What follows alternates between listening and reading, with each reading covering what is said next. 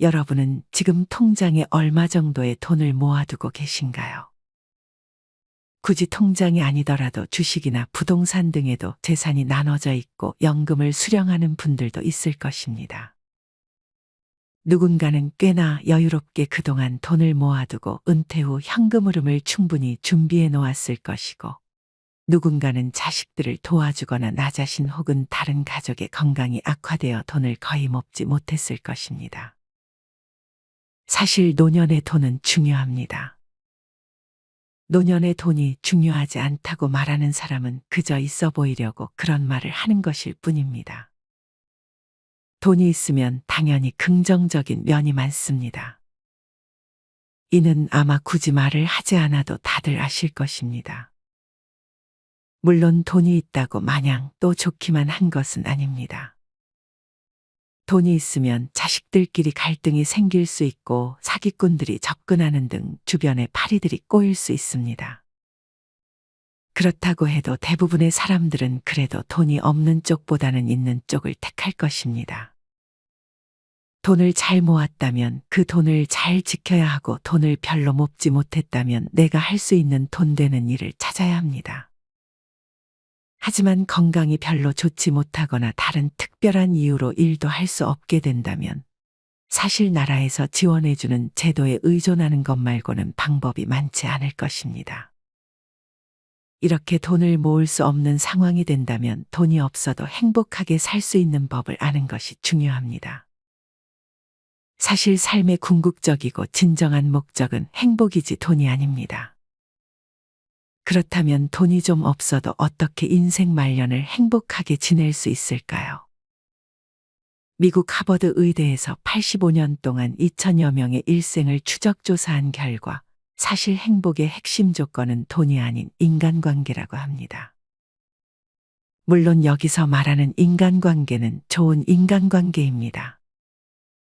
이렇게 행복의 핵심 조건이 인간관계인 반면 사람들이 가장 스트레스를 많이 받는 압도적인 1위도 바로 인간관계입니다. 당연히 여기에 해당하는 인간관계는 안 좋은 관계, 불필요한 관계가 될 것입니다. 하버드 의대 성인 발달 연구소는 1938년에 청년 456명을 뽑은 뒤 현재까지 그들의 삶을 추적 조사했습니다. 이 중 84%의 참가자가 연구에 지속적으로 참여를 했고, 이 중 60명은 이미 90세를 넘은 나이였습니다. 이 연구에서 행복의 핵심 조건으로 뽑은 것이 앞서 언급했던 좋은 인간관계였습니다. 행복에 영향을 주는 요소로 돈이나 성취감, 건강 등 다양하지만 지속적이고 광범위하게 중요성이 증명된 것은 인간관계라는 것입니다. 가족이나 공동체와 연결된 사람은 그렇지 않은 사람보다 긍정적이고 위기를 잘 극복하며 건강한 것으로 입증이 된 반면, 고립된 사람은 성취가 낮고 수명도 짧았다고 합니다. 이 연구 결과뿐만 아니라 성공학자인 시비 케라에 의하면 성공의 85%가 행복학자로 유명한 포엘도 행복의 85%가 원만하고 바람직한 인간관계에 달려있다고 말했습니다. 여기서 다시 한번 강조하는 것은 그냥 인간관계가 아니라 원만하고 바람직한 인간관계여야 한다는 것입니다. 우리는 실패한 인생을 생각했을 때 실패한 사람의 대다수가 기술이나 능력이 부족해 실패한 것으로 단정 짓는 경우가 많습니다. 하지만 위간 박사의 보고서에 의하면 인생의 실패 중 1이 차지하는 비중은 15%에 불과하며, 나머지 85%의 실패자들은 공통적으로 인간관계를 잘못했기 때문에 실패한 것으로 나타났습니다. 또한 인간관계가 좋지 않을 때는 두통이나 피로, 알레르기 질환 등 신체적, 정신적으로 악화되는 경우가 많았다고 합니다. 여러분도 안 좋은 인간관계 때문에 건강이 악화된 경험이 있을 것입니다. 이와는 반대로 좋은 관계는 몸과 마음뿐 아니라 두뇌까지 보호합니다. 그렇다면 어떻게 하면 좋은 인간관계를 만들 수 있을까요? 여기서 가장 먼저 알아야 할 것은 좋은 대인관계를 위해서는 자기의 마음을 잘 다스릴 수 있어야 한다는 것입니다. 나이와 상관없이 연인 관계에서도 우리는 지속적으로 상대가 나를 정말 좋아하는지 의심하고 확인하고 싶어 합니다. 이는 인간의 본성입니다. 하지만 이때 너무 상대를 믿지 못하거나 지나치게 의존을 하거나 의심을 하게 된다면 그때부터 인간관계에 문제가 생기기 시작합니다. 좋은 인간관계를 위해서는 나의 마음을 잘 다스리는 게 중요하다고 했는데, 마음을 잘 다스린다는 말은 자신이 지금 어떤 감정인지를 읽을 수 있어야 한다는 의미입니다. 물론 이는 그리 간단한 것은 아닙니다. 우리는 매일 하루 중 일부의 시간을 내서 자신이 어떤 사람인지, 나에게 있어 가장 중요한 것은 무엇인지, 나는 앞으로 어떤 사람이 되고 싶은지, 지금 나의 감정 상태는 어떤지에 대해 생각해보는 습관을 가져보는 것이 좋습니다. 그리고 또 중요한 것은 안 좋은 인간관계를 정리하는 것입니다. 늘 논쟁을 하게 되거나 그 사람과 있을 때 부정적인 감정이 더 많이 느껴지거나 내가 별로 신뢰가 가지 않고 상대가 나의 자존감마저 떨어뜨린다면 이는 좋은 인간관계라고 할 수 없을 것입니다. 그렇다면 이런 해로운 관계를 끊는 가장 좋은 방법은 무엇일까요? 이럴 때는 그냥 과감하게 관계를 끊는 것이 가장 좋습니다. 카톡을 차단하거나 전화번호를 삭제하면 됩니다. 물론 가족의 경우는 조금 복잡하겠지만 가족이 아니라면 클릭 몇 번으로 간단하게 관계를 끊어내버릴 수 있습니다. 오히려 관계를 좋게 정리하려고 했다가 상황이 더욱 악화되는 경우도 많습니다. 괜히 좋게 관계를 끊어내려 했다가 상대가 나에게 악감정이 생겨 안 좋은 소문을 내버릴 수도 있고 또 거기에 내 감정과 에너지를 소모하게 됩니다. 그러니 그냥 과감하게 끊어버리는 것이 체력도 아끼고 가장 좋은 방법이 될 것입니다. 불필요한 관계를 개선하면 그 체력과 에너지를 더 좋은 인간관계에 쓰고 아니면 지금 내가 집중해서 하는 것들에 쓸 수 있게 됩니다. 이렇게 좋은 인간관계만 옆에 두면 좋지만 누군가는 그냥 관계 자체에서 피로감을 느끼는 분들이 있습니다. 그냥 차라리 혼자 있는 것이 편한 분들입니다. 댓글을 보면 이런 분들이 참으로 많은 것 같습니다. 굳이 혼자가 편하고 외로움이라는 감정을 크게 느끼지 않는다면 굳이 좋은 인간관계를 만들기 위해 노력할 필요는 없는 것 같습니다. 그냥 혼자서도 하루하루를 바쁘게 잘 즐기는 분들이라면 괜찮지만 문제는 혼자 있을 때 그저 TV를 보고 하루가 길게만 느껴지는 분들이라면 외로움을 많이 느낄 수밖에 없습니다. 그렇다 보면 또 안 좋은 관계에 엮이게 되고 악순환에 빠지게 됩니다. 이처럼 나이가 들어가면서 하루하루가 따분하고 도대체 재미가 없다고 느껴지고 점점 산다는 것에 의미를 찾기 힘들어진다는 생각이 든 적 있으신가요? 이렇게 앞으로 남은 긴 세월을 어떻게 보내야 할지 모르겠다고 생각하는 분들이 은근히 많습니다. 하지만 이와는 반대로 어떤 분은 70세가 넘었지만 여전히 세상은 넓고 배우고 즐길 것은 많다고 생각합니다. 여러분은 남은 인생을 어떻게 보내고 싶으신가요? 대부분 후자의 삶을 원할 것입니다. 이런 삶을 사는 것은 그리 어려운 것이 아닙니다. 그저 관심이 가는 것에 적극적으로 도전하면 되는 것입니다. 결국 앞서도 언급했듯 나로 살아간다는 것은 호기심과 의욕을 잃지 않고 원하는 방향으로 자신을 이끌며 생을 가꾸어 간다는 것과 같은 의미입니다. 지금부터는 이와 관련하여 인생 후반기에 나로 살아가기 위해 알아야 할 3가지 지혜에 대해 알려드리려 합니다. 영상 끝까지 시청하셔서 인생에 도움되는 지혜들 모두 얻어가셨으면 좋겠습니다. 그럼 다시 이어가겠습니다. 첫째, 슈퍼 에이저가 되라. 파워 시니어와 액티브 시니어와의 차이는 명백하다. 액티브 시니어가 고령임에도 적극적으로 여가 생활을 즐기며 문화 활동에 나선다는 의미의 개념이라면 파워 시니어에는 이런 생활 패턴의 가치를 계속 추구해 나가는 동시에 보다 적극적으로 긍정적 영향력을 주변에 힘차게 파급시켜 나간다는 의미가 더해진다.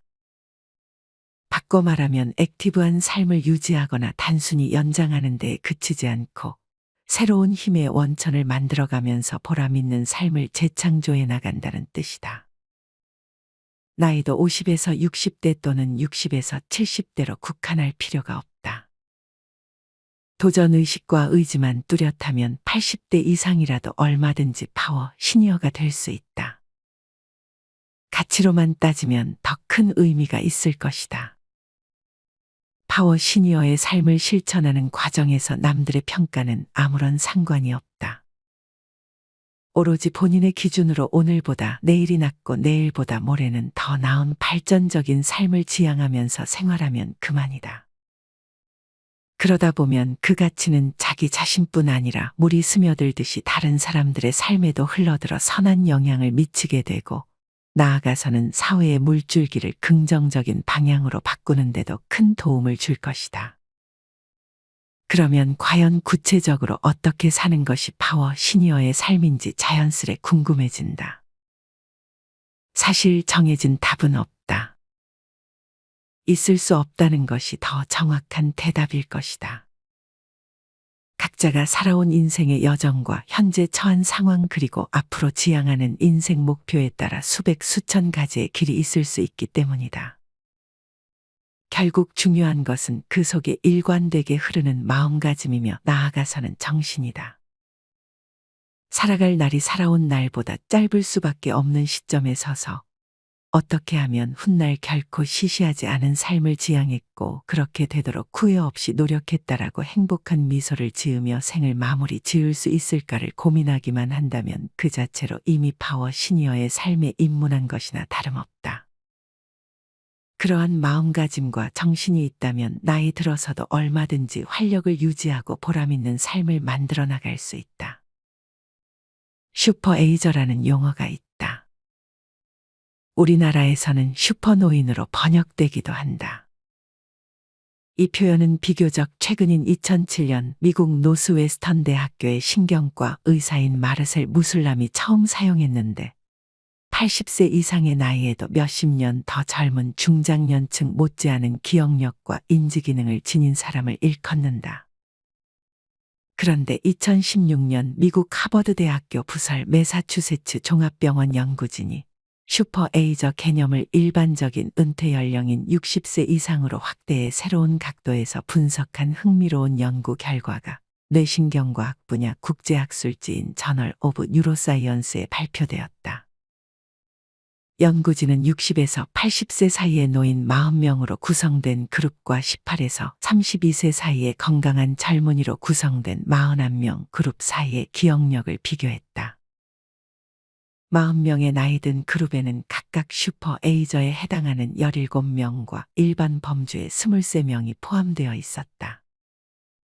연구진은 이들에게 16개의 명사 단어 목록을 6번 읽고 나서 20분 후에 각자 기억할 수 있는 최대한의 단어를 말하게 했다. 일반 노인은 9개 이하의 단어만 기억하는 데 비해 슈퍼에이저 그룹은 14개 이상의 단어를 기억해냈다. 이런 슈퍼에이저 그룹의 기억력을 다시 젊은이 그룹과 비교하니 거의 같은 성적이 나왔다. 그 후 MRI 뇌영상을 촬영해 각 그룹을 비교 분석했다. 분석 결과 기억력과 학습에 관여하는 대뇌피질 영역이 슈퍼에이저들은 일반 노인들에 비해 현저히 두터웠으며 건강한 젊은이들과 비교해도 뒤지지 않을 정도였다. 사람의 기억력은 보통 30대의 정점에 도달한 뒤 그 후 점점 감소하는 것으로 알려져 있다. 노화에 따른 관련 두뇌 조직의 위축 때문이다. 그러나 슈퍼에이저 그룹에서는 이런 위축 현상이 관찰되지 않기 때문에 젊은이 못지않은 기억력과 인지능력을 유지할 수 있다는 것이다. 결국 기억과 인지활동에 관련된 두뇌 영역을 젊었을 때처럼 활발하게 유지할 수 있는 최선의 방법은 정신적이든 육체적이든 무엇인가 힘든 과제를 꾸준히 수행하는 것이다. 문제는 이 두뇌 영역의 또 다른 기능 때문에 힘든 활동을 많이 하면 피곤이나 좌절 등의 불쾌한 감정이 함께 생긴다는 것이다. 일상생활에서 어려운 수학 문제를 풀거나 한계에 가깝게 육체적 활동을 할 때 생기는 느낌 말이다. 이런 느낌 때문에 우리는 도전을 이어가지 못하고 쉽게 포기하게 된다. 슈퍼에이저가 되는 길이 어려운 까닭이 바로 여기에 있다. 슈퍼에이저가 되는 길 가운데 가장 대표적인 것이 외국어 공부다. 파워 시니어도 마찬가지일 것이다. 그런데 파워 시니어나 슈퍼 에이저가 되기 위해 힘든 어학 공부를 한다는 게 그 뜻과 이상은 좋아도 현실적으로는 너무 막연하고 공허한 목표일 수 있다. 아무리 이론이 그럴듯해도 미래의 계획이 중요한 젊은이가 아닌 다음에야 나이가 웬만큼 든 사람에게 힘든 공부를 시작하거나 계속해야 할 가치가 있는지에 대해서 답을 줄 수 없기 때문이다. 즉 뚜렷한 동기부여가 되지 못한다.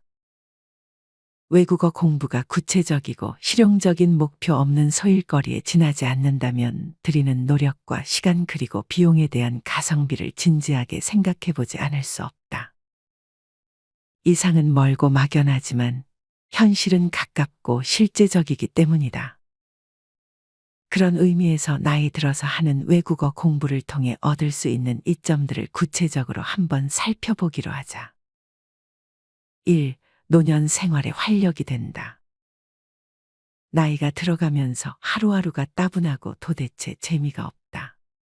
점점 산다는 것의 의미를 찾기 힘들어진다.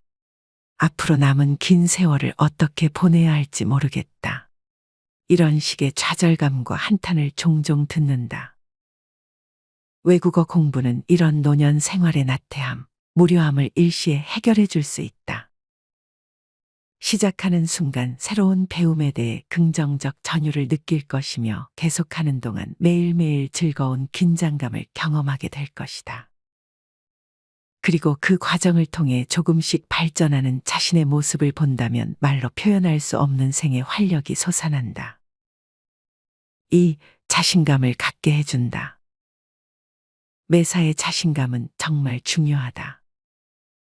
자신감을 잃으면 우울해지면 각종 정신적, 육체적 질병에 걸리기 쉬워진다. 특히 노년에는 그렇지 않아도 육체적 쇠퇴에 따른 상실감이 큰데 정신적 자신감마저 잃어버리면 그야말로 날개 없이 추락하게 된다.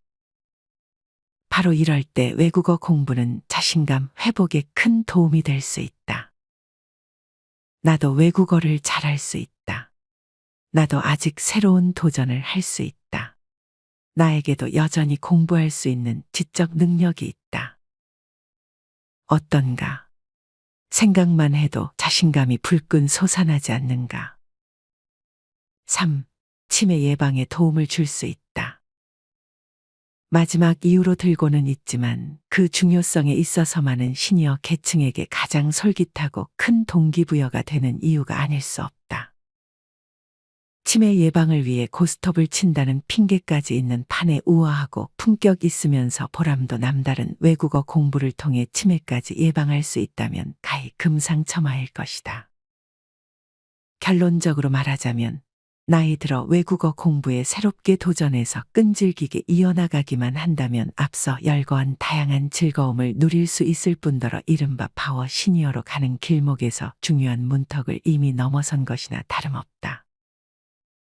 파워 시니어라는 단어에서 흔히 연상되는 육체적 활동에 더해 지적인 파워까지 겸한 진정한 파워 시니어로의 여정이 시작되는 셈이다. 인생 후반기에 기억해야 할 두 번째, 나이가 들어 기억력이 안 좋아질 수 있다는 사실을 있는 그대로 받아들여라. 그동안 보람이 컸던 만큼 어려움도 당연히 적지 않았다. 가장 피부에 와닿았던 문제는 역시 나이였다. 사실 어른이 되면 외국어 배우기가 점점 어려워진다는 것은 주지의 사실이다. 나 역시 이번에 장기간 어학연수에서 마치 나이를 잊은 듯한 열정으로 열심히 공부에 임했지만 이른바 현타가 오는 순간을 수시로 맞이했다. 나이는 역시 나이일 수밖에 없다는 새삼스러운 깨달음이었다. 무엇보다도 과거 젊을 때에 비해 떨어진 기억력을 절감했다. 물론 여전히 웬만한 젊은 학생들 못지않다는 평가를 받곤 했지만 이전에는 2번 외우면 될 것을 3번, 5번 심지어 10번을 반복해야 한다는 것을 스스로 뼈저리게 느꼈다. 돌아서면 잊어버린다는 말도 점점 실감이 되었다. 집중력의 저하도 큰 문제였다. 나중에는 눈까지 침침해지려고 하니 아, 이것이 바로 나이가 들었다는 것이구나 하고 자인하지 않을 수가 없었다. 어학원에서 돌아와 숙소에서 복습과 예습을 할 때도 30에서 40분 이상 집중하기 힘들 때가 많았다. 그러면 도대체 어떻게 해야 한단 말인가? 뾰족한 묘책이나 비법이랄 수는 없지만 기억력 감퇴의 해결책으로는 여러 차례 반복을 마다하지 않는 마음가짐을 갖도록 애를 썼다. 기억력 감퇴만큼 시간을 더 들여 반복 공부를 함으로써 이를 만회하려고 노력했다고 보면 된다. 질이 떨어지면 양으로라도 승부를 걸어야 하지 않겠는가. 집중력 저하 문제는 정신무장으로 대처해 나갔다. 세월의 흐름을 막을 수도 없고 맞설 수도 없지만 현실적인 어려움에 크게 연연하지 않고 그동안의 인생 경험을 바탕으로 여유를 갖고 까짓것 집중력이 좀 떨어졌다고 한들 큰 흐름에는 무슨 걸림돌이 되겠는가 라고 생각하며 힘을 냈다. 그리고 어쨌든 오늘이 내 남은 생애에서 가장 젊은 날이다라고 되새기며 지금이야말로 새롭게 시작하고 도전할 최적기라고 마음을 다잡아 나갔다. 결국 시니어의 공부 성패는 드러나는 눈앞의 어려움에 결코 주눅들지 않고 인생의 오랜 경험을 바탕으로 계속해 나가면 언젠가는 이루어진다라는 정신을 마음에 제대로 담는 데서 결정될 것이다. 갈 길이 멀다는 것도 오히려 큰 위안이다. 끝이 어디일지는 모르지만 걸어가야 할 길에서 푸른 나무와 맑은 새소리를 만나고 마주치는 옹달샘에서는 보람과 가치라는 물이 샘솟을 것이라는 것만은 자신하기 때문이다. 인생 후반기에 기억해야 할 3번째, 매일매일 잘 익어가는 사람이 되라. 2017년 욜로라는 단어가 혜성처럼 등장해 강력한 해일처럼 우리 사회를 휩쓴 적이 있었다. 서양에서 꽤 오래전부터 있던 You Only Live Once라는 표현을 2011년 캐나다의 한 래퍼가 노래에서 욜로라고 줄여 부른 이후 대중화되었다. 그런데 뒤늦은 2017년 갑자기 한국 사회에 뜨거운 유행어가 된 것은 그 전에의 꽃보다 청춘 아프리카 편이라는 한 케이블 TV 프로그램에서 어떤 출연자가 홀로 여행하는 금발의 외국인 여성에게 대단하다고 칭찬하자 그 여자가 욜로라고 대답한 것이 계기였다고 한다. 어쨌든 욜로의 등장 이후 적지 않은 사람이 열광하며 사회적 일탈을 감행했다. 그러나 왜 한 번밖에 없는 인생이라고 하면 이렇게 자유분방한 일탈과 쾌락 추구와만 연관 짓는 것일까? 발상을 달리하여 한 번밖에 없는 인생이기 때문에 더 의미 있고 더 가치 있는 삶을 살아야 하지 않을까? 한 번밖에 살 수 없는 숙명이기에 오히려 더 진지하게 삶의 긴 노정을 알차게 계획해야 하지 않을까? 이런 생각이야말로 파워 시니어로 가는 길에 중요한 출발점이 될 것이다. 호수 위에 우아하게 떠있는 백조의 자태는 물밑에서 쉴 새 없이 움직이는 발의 존재 덕분이다. 그런데 사실 백조가 물 위에 그냥 떠있기만 할 때는 발을 요란스럽게 움직일 필요가 없다. 속이 빈 뼈와 몸속의 공기주머니, 꼬리 근처에 있는 기름샘에서 분비되는 기름을 발라 방수 기능을 더한 깃털 등의 부력 장치가 있기 때문이다. 백조가 물밑에서 보이지 않는 발을 열심히 움직여야 할 때는 앞으로 나아가거나 역류에 대항하여 자세를 유지할 때다. 언어 공부뿐 아니라 노력이 동반되어야 하는 세상 모든 일이 이와 같을지도 모른다. 타고난 재능, 능력, 지력, 체력 그대로의 모습만으로 살고자 하면 구태여 노력이라는 이름으로 애를 쓰지 않아도 된다. 그러나 인생 여정에서의 의미 있는 전진을 위해서 또 때로는 퇴보를 막기 위해서는 백조발의 움직임처럼 남모르는 노력이 필요하다는 것을 깨달아야 한다. 세상에 존재하는 수많은 종류의 술 중에서 고급품을 따지는 가장 중요한 기준은 술의 숙성에 있다. 숙성 과정을 거쳤느냐 거치지 않았느냐 또 얼마간 어떤 식으로 거쳤느냐에 따라 고급술의 여부가 결정된다는 뜻이다. 세계적으로 숙성 과정을 반드시 거치는 술 중에서 가장 대표적이면서도 유명한 술로는 위스키와 코냑이 있다. 그런데 이런 술도 발효와 증류 과정만을 마쳤을 때는 우리가 아는 위스키와 코냑과는 거리가 멀다. 단순한 투명한 때깔의 거친 느낌이 나는 풋내기 술에 지나지 않는다. 이 세련되지 못한 술을 오크와 같은 나무통 속에서 짧게는 수년간 길게는 수십 년간 담아서 숙성해야만 진정한 명품 술로 변한다. 숙성 과정에서 거친 나무 표면으로부터 끊임없는 자극과 상처를 받아가며 그 진정한 맛과 깊이를 더해가는 것이다. 마치 술의 세월의 풍상을 겪게 하는 것과 같다. 어떻게 생각하면 우리네 인생과도 전혀 다를 바가 없다.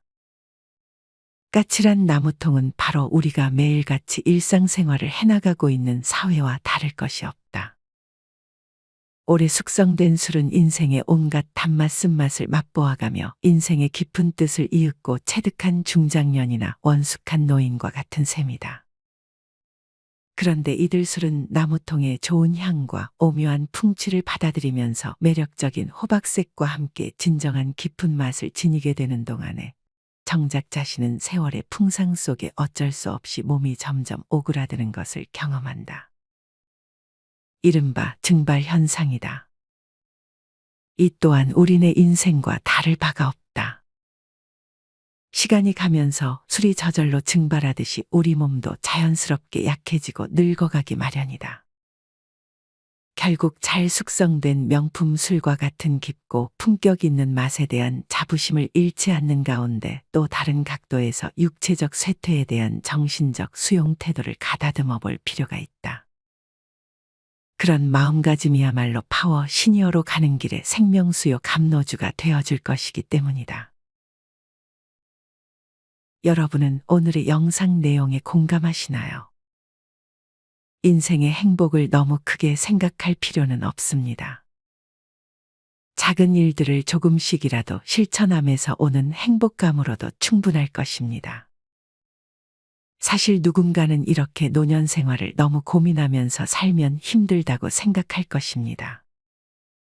어떤 분은 그저 혼자서도 남과 비교하지 말고 마실 물, 먹을 음식, 누울 자리, 읽을 책만 있다면 감사하며 노년을 단순하게 살아가는 것이 좋다고 합니다. 이 말도 맞는 말이라고 생각합니다. 어떻게 살아가든 남은 인생 동안은 남들보다도 자기 자신을 잘 챙기시면서 살아가셨으면 좋겠습니다. 내면의 자신에게도 잘했다고 칭찬도 해주고 자신이 잘한 일이 있다면 적당한 선물을 해주면서 자신을 지켜 세워주는 연습을 해보세요. 만약 어려운 환경을 지금 잘 헤쳐나가고 있다면 스스로에게 용기를 북돋아 주셨으면 좋겠습니다. 이상으로 오늘의 영상을 마치겠습니다. 우리 모든 구독자분들의 행복한 여생을 응원합니다. 다음에 더 좋은 내용으로 찾아뵙겠습니다. 감사합니다.